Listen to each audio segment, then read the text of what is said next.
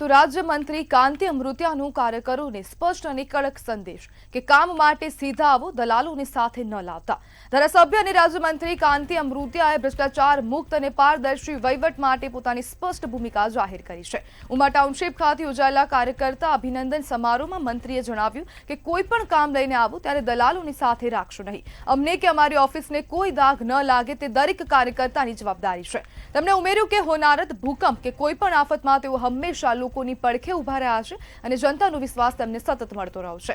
કાંતિ અમૃતિયાએ કહ્યું છે કે હું બીમાર છું પણ મારો કાર્યકર્તા બીમાર નથી। કાંતિ અમૃતિયા હાલ અન્નનળીના કેન્સરથી પીડાઈ રહ્યા છે ત્યારે મુંબઈની કોકિલાબેન હોસ્પિટલમાં સારવાર લઈ રહ્યા છે। આગામી 2 મહિના સુધી તેઓ રૂબરૂ મળી શકશે નહીં, પરંતુ ઓફિસ મારફતે તમામ કામો ઉકેલાશે તેવું પણ તેઓએ કહ્યું છે। જ્યારે વિકાસ કામોને લઈને મંત્રીએ કડક વલણ પણ દર્શાવ્યું છે અને કહેવામાં આવ્યું છે કે જે મોરબીમાં જેટલા પણ વિકાસ કાર્યો થવાના છે તેમાં કોઈ પણ નબળી ગુણવત્તા ચલાવવામાં નહીં આવે અને જો નબળી ગુણવત્તાવાળું કામ કરવામાં આવશે તો તેની સામે કડક કાર્યવાહી કરવામાં આવશે। જ્યારે કાંતિ અમૃતિયા હાલ 2 મહિના પૂરતા કોઈ પણ વ્યક્તિને નહીં મળી શકે કારણ કે તેમને હાલ અન્નનળીના કેન્સરથી તેઓ પીડાઈ રહ્યા છે અને મુંબઈની કોકિલાબેન હોસ્પિટલમાં આગામી 2 મહિના માટે સારવાર લેવા જઈ રહ્યા છે।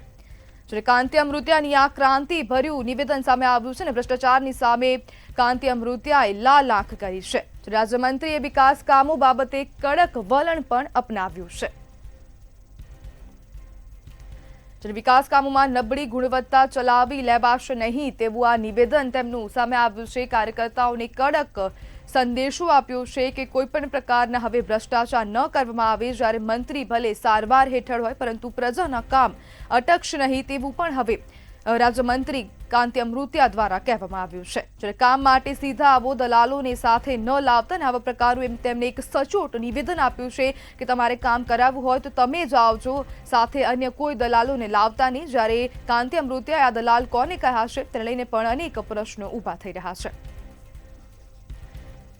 ત્યારે આપણી સાથે શહેર ભાજપના મહામંત્રી ભાવેશ કંજારિયા જોડાઈ ગયા છે। ભાવેશભાઈ, જે શહેરને ભ્રષ્ટાચાર મુક્ત કરવા માટે કાંતિ અમૃતિયાનું આ નિવેદન શું કહેશો? એટલે તો મંતવ્ય ન્યૂઝના માધ્યમથી જે અમારા રાજ્ય સરકારના મંત્રી શ્રી કાંતિભાઈ અમૃતિયા સાહેબે જે આપ વાત કરી બેને કે જે ભ્રષ્ટાચારીઓ વિરુદ્ધ, તો કાંતિભાઈ અમૃતિયાનો 30 વર્ષ થયા, કોઈ પણ ભ્રષ્ટાચારી હોય અને એમને કોઈને બખ્શ્યો નથી। અને કાંતિભાઈ એક સ્વચ્છ છબીની એક વ્યક્તિ, એનું પોતાનું વ્યક્તિત્વ છે મેડમ। અને છેલ્લા મોરબી મહાનગરમાં પાલિકામાં છેલ્લા 6 થી 8 મહિના થયા કોઈ મહાનગરપાલિકા બન્યા પછી કોર્પોરેટર નથી। આપને ખ્યાલ, મોરબીની એક ઘટના બની ઝુલતા પુલની, ત્યારબાદ મોરબી મહાનગરના તમામ કોર્પોરેટર ડિસ્ક્વોલિફાય થયા છે બેન। તો એના માધ્યમથી જે અમારા મંત્રીશ્રીએ એવું કીધેલું કે કોઈ અમે બક્ષવામાં નહીં આવે। ભાવેશભાઈ, કાંતિ અમૃતિયાએ એવું કીધું છે કે તમારે કામ કરાવવું હોય તો તમે સીધા આવજો, દલાલોને સાથે ન લાવતા। તો આ દલાલો કોને કહેવામાં બેન? આમાં ગુજરાતી ભાષાના 2 અર્થ નીકળે। દલાલો એટલે કોઈ, આમાં કોઈ પાર્ટીમાં કોઈ દલાલીનો કેવો વિષય ના હોય। જનરલી એમનું કહેવાનું મંત્રીશ્રીનું એવું થતું હતું, તમારે જે કોઈ કામ કરાવડાવવા હોય તો એ તમે ડાયરેક્ટ આવો। જનરલી આપણે એમાં બેન ગુજરાતી ભાષામાં દરેકના 2 અર્થ નીકળે બેન। દલાલો એટલે કોઈ આમાં કઈ કાર્યકર્તાઓને કામ કરવામાં દલાલી છે નહીં બેન।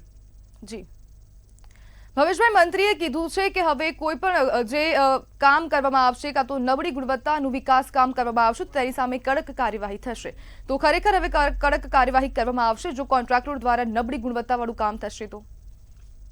બેન, હું કાલે જ મંત્રીશ્રીની 5 અલગ અલગ વિષયોની મીટિંગ હતી, એમાં એક જીબી ના 2 પ્રશ્ન હતા। એમાં મંત્રીશ્રીએ સ્પષ્ટ સૂચના આપી કે એ કંપનીને જે સમયસર કામ નથી કર્યું એને બ્લેક લિસ્ટમાં કાઢો। અને કાંતિભાઈ અમૃતિયા સાહેબનો કાયમ એક ધ્યેય રહ્યો છે કે કોઈ પણ કામ સરકાર પૂરા પૈસા આપે છે, કરોડો રૂપિયા આપે છે, તો જે કામ ખરેખર વિપક્ષોએ કરવું જોઈએ એના બદલે અમારા મંત્રીશ્રીઓએ બેન કીધું છે કે આપણે કોઈ પણ અત્યારે નથી। એમનું મંત્રીશ્રીનું એવું કહેવાનું હતું, દરેક મોરબીના નાગરિકની આપણી ફરજ બને છે કે કોઈ પણ કામ આપણું નબળું ના થવું જોઈએ, એવું એને જાહેર સ્ટેજ ઉપરથી દરેક વ્યક્તિઓને બેન કીધેલું છે મંત્રીશ્રીએ। જી જી બિલકુલ ભાવેશભાઈ, જોડાવા બદલ આપનો આભાર.